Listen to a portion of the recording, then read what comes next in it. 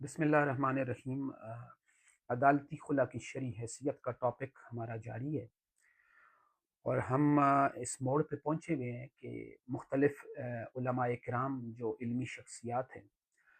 وہ اس موضوع کو کس نگاہ سے دیکھتی ہیں اور اپنی کیا اوپینین دیتی ہیں۔ کچھ انٹلیکچوئلز کی اور علمی شخصیات کی اوپینین ہم نے آپ کے سامنے رکھی تھی۔ آج ایک انسٹیٹیوشن کی اوپینین ہم دیکھیں گے۔ اسلامی نظریاتی کونسل جو ایک ہمارا ملک کا ایک آئینی ادارہ ہے، جس کی یہ ڈیوٹی اور فنکشنز میں شامل ہے کہ وہ کسی بھی معاملے کو، کسی بھی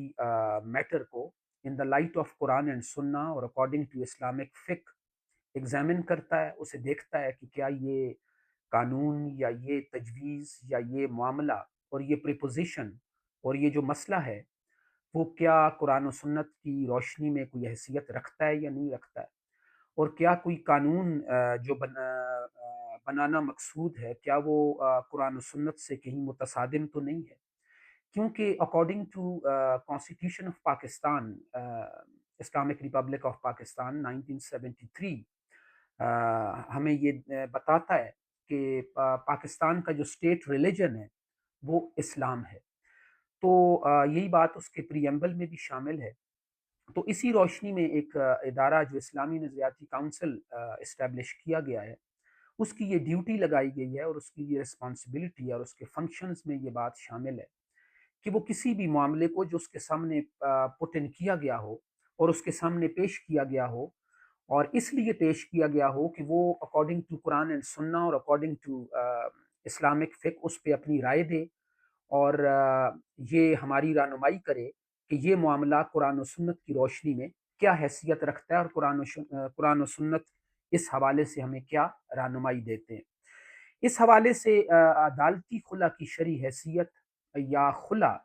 جو ہے، اس پہ اسلامی نظریاتی کونسل کی اوپینین آج ہم دیکھیں گے اور شارٹلی اس کو ہم ڈسکس کریں گے۔ یہ اسلامی نظریاتی کونسل کی سالانہ رپورٹ ہے جو 1998-99 کی رپورٹ ہے، اور یہ ادارہ تحقیقات اسلامی اس کا جو ریفرنس ہے، اور یہ جون 2000 میں آئی تھنک یہ شائع ہوئی، اور اس میں یہ چیز ہمارے سامنے آتی ہے کہ اسلامی نظریاتی کونسل کی اس سالانہ رپورٹ 1998-99 میں اس کے تحت یہ تجویز دی گئی تھی یا یہ اوپینین، یہ رائے دی تھی اسلامی نظریاتی کونسل نے کہ خلا کو باقاعدہ تنسیخ نکاح کی ان گراؤنڈز میں شامل کیا جائے، قانون میں ترمیم کر کے، اور انفساخ نکاح کی جو degree under the Islamic laws اور Muslim family laws court of law دیتی ہیں، ان میں ایک یہ گراؤنڈ بھی شامل کیا جائے کہ خلا کو بھی باقاعدہ تنسیخ نکاح کی ایک گراؤنڈ وہاں پہ کنسیڈر کی جائے، اور اسے باقاعدہ انفساخ نکاح کی ڈگری کی وہ جو لسٹ ہے اور وہ جو گراؤنڈز ہیں اور وہ جو ریکوائرمنٹس ہیں اور جو بنیادیں ہیں اصل، ان میں ایک یہ بھی شامل کی جائے کہ عورت جب بھی چاہے کورٹ آف لا سے خلا کی ڈگری لے سکتی ہے، اور اس سے وہ اپنا فیصلہ کروا کے اس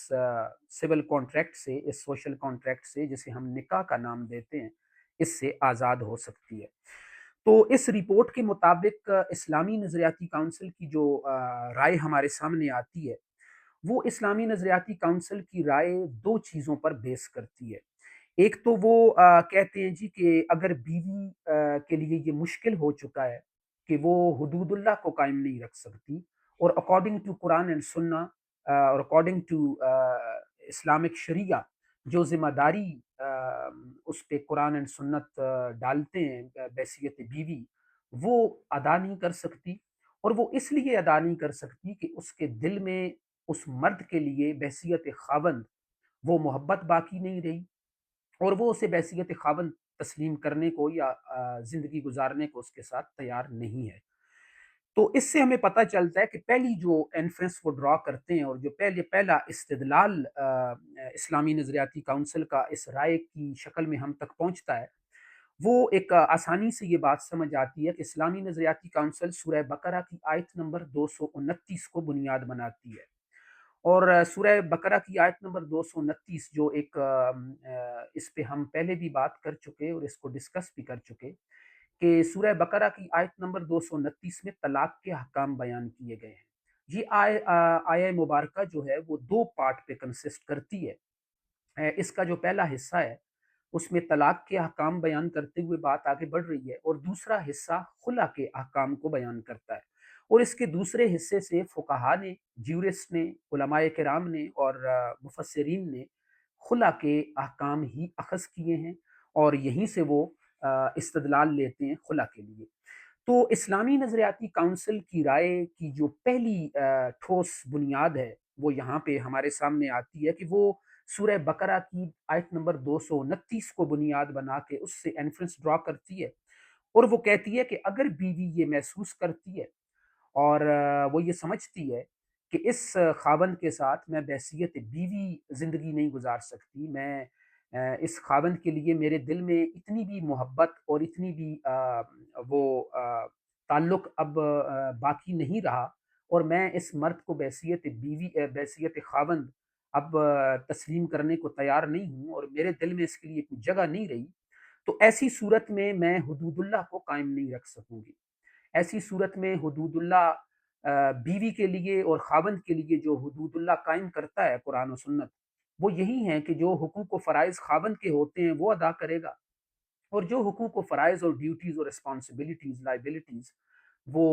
وائف پہ، بیوی پہ عائد ہوتی ہیں، وہ ادا کرے گی، اور اس میں کوئی غفلت نہیں کرے گی۔ لیکن بیوی اگر یہ محسوس کرتی ہے کہ میرے دل میں بحیثیت خاوند اب اس کو قبول کرنے کے لیے کوئی جگہ باقی نہیں رہی، تو اسلامی نظریاتی کونسل کی اوپینین کے مطابق اس کے لیے ایک بیسٹ وے اور ایک بیسٹ موڈ جو ہے وہ یہ باقی رہ جاتا ہے کہ وہ کورٹ آف لاء میں جائے اور خلا کا دعویٰ کرے، اور وہاں سے خلا کی ڈگری لے کے علیحدگی کا راستہ اختیار کر لے۔ اس لیے یہ پہلی جو بنیاد ہے اسلامی نظریاتی کونسل کی اوپینین کی، وہ سورہ بقرہ کی آیت نمبر 229 بنتی ہے۔ دوسری جو بنیاد وہ اپنے انفرنس کو ڈرا کرنے کے لیے پیش کرتی ہے، وہ صحیح بخاری کی وہی ایک پرومیننٹ حدیث ہے اور روایت ہے جو ثابت بن قیس کے حوالے سے ہم ڈسکس کر چکے، اس پہ پہلے بھی ہم بات کر چکے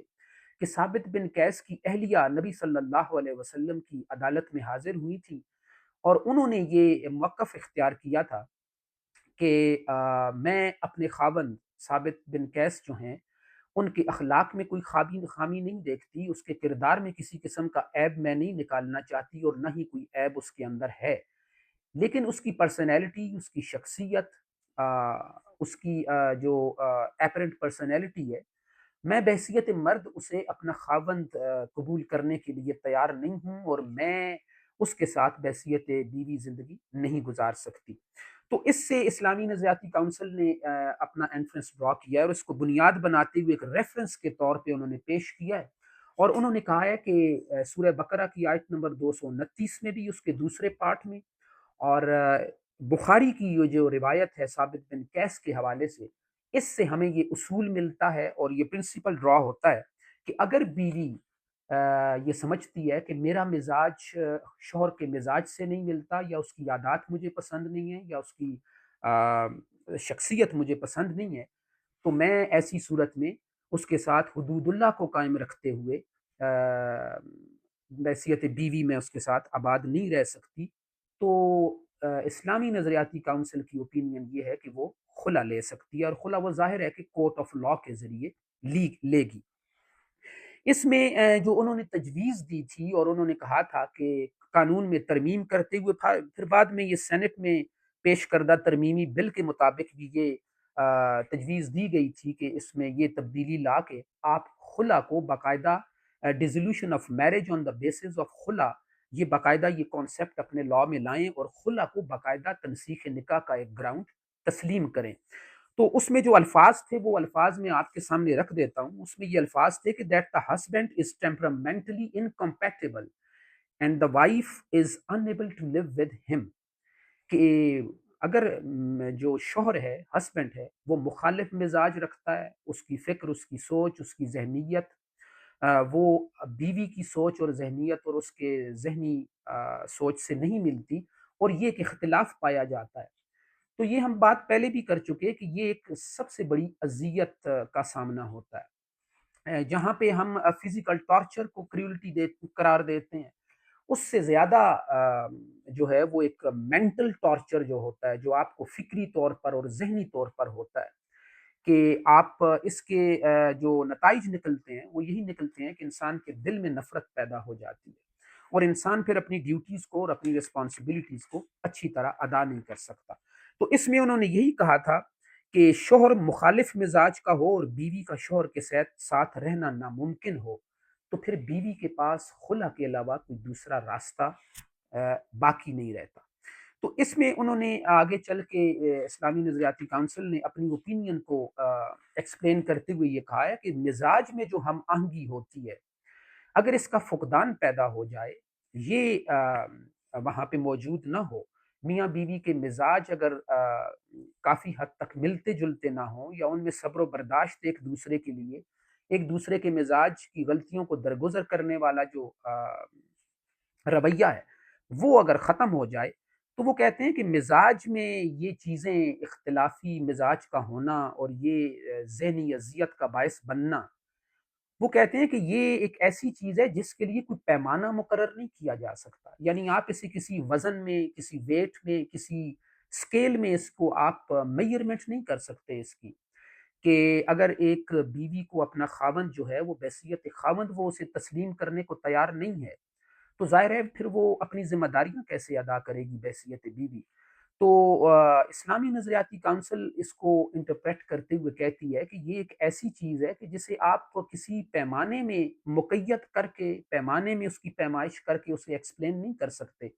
کہ بیوی کو زیادہ اذیت ہے اس کے رویے سے،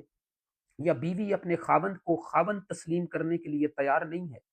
وہ اپنی ذمہ داری بحیثیت بیوی ادا کرنے کو تیار نہیں ہے، تو اس وجہ سے جو اسے ذہنی کڑن کا سامنا ہے، وہ جو کڑتی رہے گی، اسے جو زندگی میں اپنی ذہنی اذیت کا سامنا کرنا پڑے گا، تو اسلامی نظریاتی کونسل کہتی ہے کہ آپ اس کا وزن نہیں کر سکتے، آپ یہ نہیں کہہ سکتے کہ اسے اتنی اذیت ہوتی ہے اور اتنی نہیں ہوتی،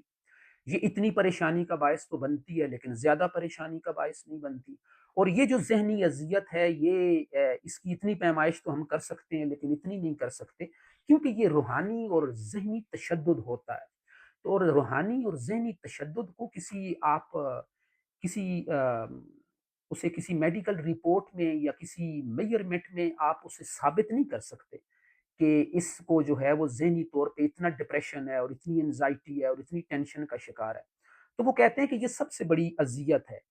تو یہ ایک مشکل کام ہے کہ اس کو آپ میئرمنٹ کر سکیں۔ اس لیے وہ کہتے ہیں کہ قانون میں اس ابہام کے ذریعے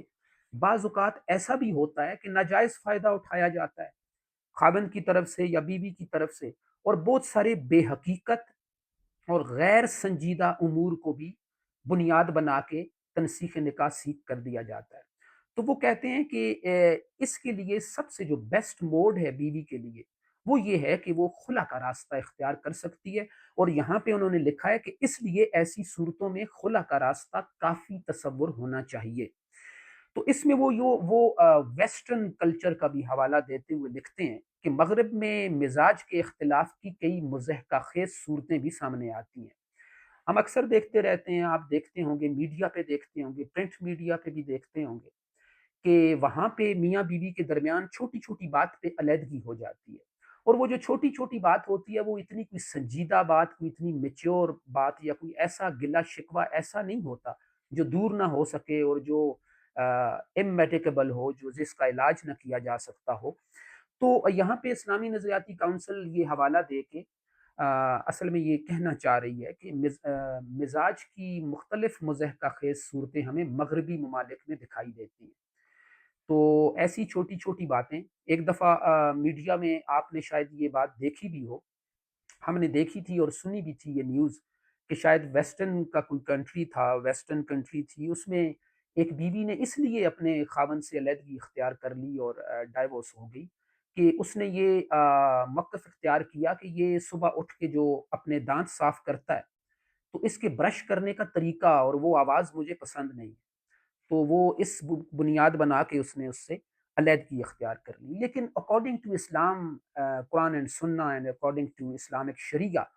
اور according to Muslim family laws اور اسلامک جورسپروڈنس اور محمدن لاز، ہمیں جو کانسیپٹ ملتے ہیں اسپیسیفکلی قرآن اینڈ سنہ نے جو اخلاقی حدود قائم کی ہیں اس پہ، کہ انہوں نے قرآن اور سنت نے اور احادیث مبارکہ میں بھی، جن کو ہم پہلے ڈسکس کر چکے ہیں، کہ انہوں نے یہ پوری کوشش کی ہے قرآن اور سنت نے، کہ آپ مرد کے لیے یہ اخلاقی حدود قائم کی ہیں کہ آپ طلاق کو تماشا نہ بنائیں، چھوٹی چھوٹی بات پہ آپ اپنا یہ حق کے طلاق استعمال نہ کریں، اور یہ مناسب بات نہیں ہے، اور اللہ کے نزدیک یہ ناپسندیدہ عمل ہے کہ آپ بغیر کسی وجہ کے آپ طلاق کا حق استعمال کریں۔ اور اسی طرح عورت کے لیے خلا کا حق استعمال کرتے ہوئے بھی قرآن اینڈ سنت نے کچھ اخلاقی حدود قائم کی، وہ ہم نے ان سے متعلق روایات کا بھی مطالعہ کیا تھا اور ان کو بھی سمجھنے کی کوشش کی تھی۔ اس میں بھی نبی صلی اللہ علیہ وسلم نے کچھ اخلاقی حدود ہمیں سکھائی ہیں، اور عورت کو بھی یہ حکم دیا گیا ہے اور تاکید کی گئی ہے کہ وہ بھی چھوٹی چھوٹی بات پہ اور غیر سنجیدہ بات پہ اور بے حقیقت امور کی بنیاد پہ خلا کا مطالبہ نہ کرے۔ اگر وہ بھی چھوٹی چھوٹی بات پہ کھیل تماشا بنا کے خلا کے حق کو استعمال کرتی ہے تو یہ بھی اللہ کو پسند نہیں ہے۔ لہٰذا لیکن ہم اکارڈنگ ٹو ایک اسلامک سوسائٹی کے ہم رہنے والے ہیں، تو اسلام ہمیں چھوٹی چھوٹی بات پہ خاندان تباہ کرنے کی، چھوٹی چھوٹی غیر سنجیدہ باتوں پہ طلاق کا حق استعمال کرنے کی، اور چھوٹی چھوٹی ایک بے حقیقت بنیادوں پر خلا کا حق استعمال کرنے کی بھی اجازت نہیں دیتا۔ وہ بھی طلاق کو اور خلا کو آخری سٹیپ کے طور پہ استعمال کرنے کی اجازت دیتا ہے، اور اسلام یہ پوری کوشش کرتا ہے کہ میاں بیوی آباد رہیں اور یہ خاندان بچ جائے اور تباہ ہونے سے بچ جائے، آبادی برقرار رہے اور کسی کی زندگی تباہ نہ ہو سکے۔ تو اسلامی نظریاتی کونسل اصل میں اپنی اوپینین کی ایکسپلینیشن میں یہی میسج دینا چاہتی ہے، اور وہ یہ کہتی ہے کہ اس کا اگر خلاصہ ہم بیان کریں تو وہ یہی کہتی ہے کہ عورت اگر یہ محسوس کرتی ہے کہ وہ خاوند سے اب اتنی نفرت کرنے لگ گئی ہے اور اس کے دل میں خاوند کے لیے اب تھوڑی سی بھی جگہ باقی نہیں رہی کہ وہ اپنے خاوند کے ساتھ بحیثیت بیوی آباد ہو کر اپنی قانونی اور شرعی اور اخلاقی ذمہ داریاں پوری کر سکے، تو پھر اس کے پاس یہ راستہ کافی ہے کہ وہ کورٹ آف لاء سے رجوع کرے اور خلا کا دعویٰ کرے اور وہاں سے خلا کی ڈکری لے۔ تو اسلامی نظریاتی کونسل مختصراً یہ کہہ رہی ہے کہ قرآن و سنت بیوی کو خلا کا حق دیتے ہیں اور یہ خلا کی ڈگری کورٹ آف لاء جاری کرے گی۔ Thank you very much.